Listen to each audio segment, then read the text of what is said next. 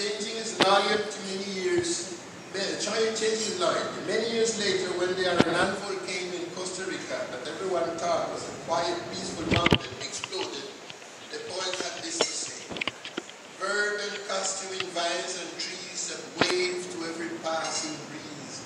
We ne'er suspect that from your heart such vile destruction could be brought.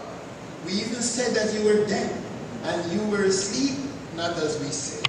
Then awake, nauseously vomited dead, lava, stones, fire with every breath. We born because your cruelty has wiped out many a family, cruel sirs. You did not spare the mother with her baby dear. You didn't even spare the beast. Seemingly you counted them the least. Helpless, for your onslaught they died and mourned, but to you sacrificed. And now we pray, do stay your hand. Our stricken, beloved, afflicted land cries out in pain, spare us this death. And thus we plead with each dawn breath. So you see now, our stricken, beloved land has become Costa Rica. It's not longing to go back home anymore. After the two world wars of the 20th century and the context of the Civil War Rights Revolution in the United States, the independence of the Caribbean nations and the struggles against apartheid in South Africa, there emerged a series of movements demanding citizenship and encouraging empowerment of the marginalized communities in the Central American continent. During this period, first black deputies and representatives were elected to local governments, and we got the first Afro-Caribbean professionals. Afro-Central Americans took their stand in the international black movement and participated in many events fighting against exclusion and invisibility, striving for the conservation of their cultural heritage, at the same time denouncing the many injustices to which they were subjected. And from there we get protest literature. The well-termed literature of complaint and protest as a notable expression in Costa Ricans, Delia Madonna. Now I heard the Panamanians this morning claiming Delia Madonna. Okay, I'll settle for that. We'll call her a Panatica. Actually, what it does is update exile, not as a nostalgia for the blast past, but as a challenge.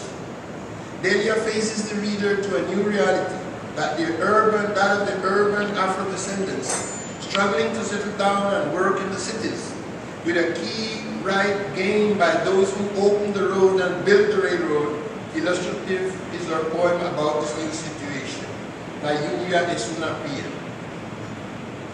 It's not me, it's mine. My home is downtown.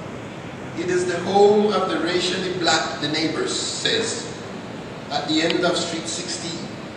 My teacher is a sugar jar, round and white, always dressed in green, with little red flowers over her ears. She used to sit me at the corner, and she has a cat with golden suns on her lap. Since then, I hate them. And in my corner, far from white children, and me always in rebellion. Quoting Dorothy Mosby loosely, as Delia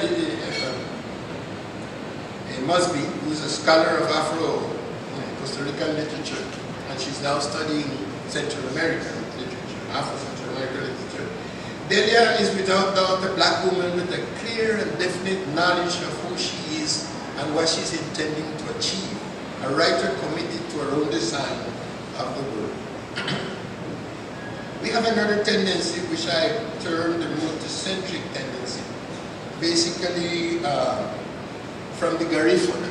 There's a Garifuna poet in Guatemala, Winston Gonzalez, Livingston-born Garifuna poet. His poetry recalls the magic of twilight and blues again. His references are multiple. For example, the poem Volverá San Vicente a Nosotros can be perfectly classified as exile literature, nostalgic of the motherland, St. Vincent, which the Garifuna term Euromane. But at the same time, Gonzalez has a marked preference for local and everyday life. He displays great activity with Eurocentric Latin American literature. Reminiscence of the Greek god Apollo that knocked on the gate of my cemetery and stunned mills brave where Kronos expects, etc. However, Gonzalez recalls and playing the blues, mambo, samba, salsas, and of course the Garifuna punta music and dance of as his own. Please lend your ears to the Garifuna movement. Excuse me, my Garifuna is not very good. Away from saying Garigana, that's all I can say. But I do have an Spanish and English translation. Over the sea it will walk, and with our hands we will draw it toward us. It will come back, this I know. We shall return to St. Vincent, over flying the whole sea, waving the sword of the bird named Time. We shall return to the homeland. As water catches fire, so will our feet light up in flames. The last example that I'd like to share with you today is what I've termed Afro-realism. There's an article in Analyst published in Cuba, and there's also another artist in a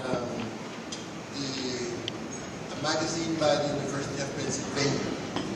Interested. The term Afro-realismo was coined by myself to characterize an overlooked Afro-Hispanic literature that, although not complying with mainstream Latin American literature, is an integral part of our culture. Afro-realismo is the chant of multiple voices, stories stemming from a common, original, and Afro-African ethnicity, rooted in spirituality and reverence for the ancestral lore. A common experience with the abduction, enslavement, colonialism, displacement, and racism. And as our journey unfolds, stories told and retold by infinite numbers of narrators, stories recreated, never the same and yet always the same.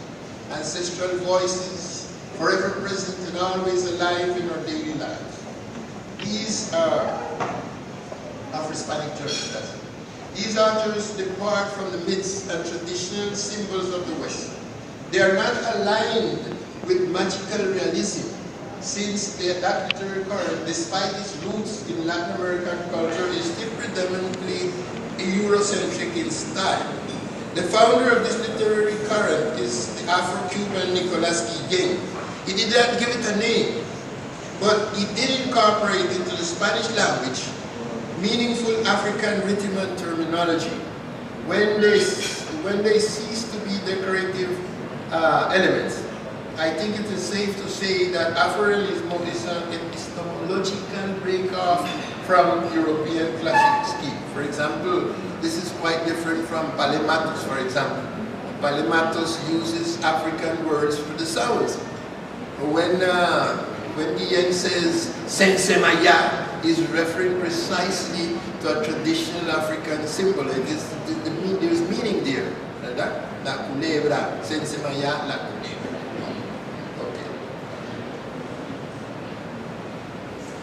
There are at least 6 characteristics that distinguish Afro-realism: an effort to restore the voice of the African descendant community, the vindication of the African symbolic memory, the restructuring of the historical memory of Africanity in diaspora, the reaffirmation of the concept of ancestral community, the adoption of an intracentric perspective, and the search and proclamation of identity. The restructuring of the historical memory of the Africanity in diaspora strips Afrocentric literature of its romanticism. It moves away from the aesthetic idealism of the movement known as negritude, focusing on critical research. In addition, these authors claim the entirety of Black consciousness in its double dimension, geographic and historical. Their community is not a nation or a tribe. It is the universal community of people of African origin, understood in historical terms. So, I tend to say that we are the only ones, the Afro-descendants, that can claim Africa. The Africans cannot claim Africa. The Africans can claim Ghana or can claim Nigeria, etc., etc. But we are the people who we can claim the whole continent because we are a mestizaje of the whole continent. These authors create literature from the inside, with the community's own perspective. But they are critical, without endophobia. A brilliant example of this is the Costa Rican Shirley Campbell's poem, 11, telling Carlos emphatically, I have a friend that says, there are no laws that suppress life. I want you to remember, primarily, that my skin is different from yours. I want you to remember that my story has large spots. The poetic voices recognize that the world looks different from the inside, and dares to say time is unequal, skins have nostrils, and sunrises are viewed through these eyes. Afro-realista authors are seeking and proclaiming identity. For example, the case of the Panamanian Panamanian writer, protests his misfortune, being Ashanti, and yet he has been called Carlos, and went on to choose Cubena as his pen name, celebrating the Ashanti tradition. Cubena, a maid born on Tuesday. The poetic voice of Panamanian Gerardo Maloney called on Brian as a black leader, since he embodies our history with its traps, deceptions, cunning, and malice. Like it's not an idealization of an African that comes down from the sky. It's a recognizing our heritage in a very realistic fashion. Okay, some final reflections. Afro-Central American authors are not considered part of the canon in Latin America generally.